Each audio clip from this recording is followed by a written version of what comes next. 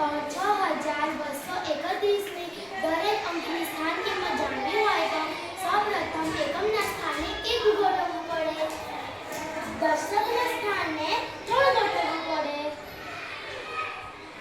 સોના સ્થાને 2 ગોઠવવું પડે અને હજારના સ્થાને 6 ગોઠવવું પડે.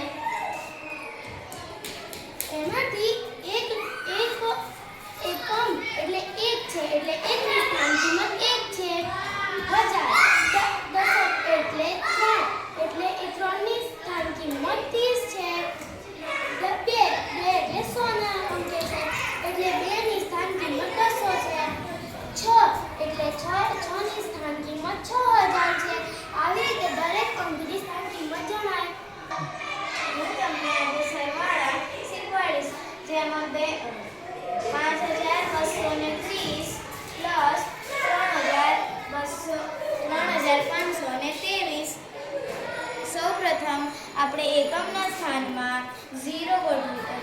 એકમના સ્થાનમાં 0 છે તો આપણે 0 ગોઠવીશું. દશકના સ્થાનમાં 3 છે તો આપણે 3 ગોઠવીશું.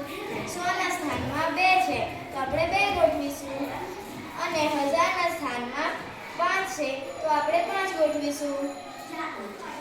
હવે એકમના નીચે 3 છે તો આપણે એને 3 વાર ફેરવીશું. 1 2 અને 3. દશકના સ્થાનમાં 2 છે તો આપણે એને 2 વાર ફેરવીશું. 1 2. 100 ના સ્થાનમાં 5 છે તો આપણે તેને 5 વાર ફેરવીશું. 1 2 3 4 5.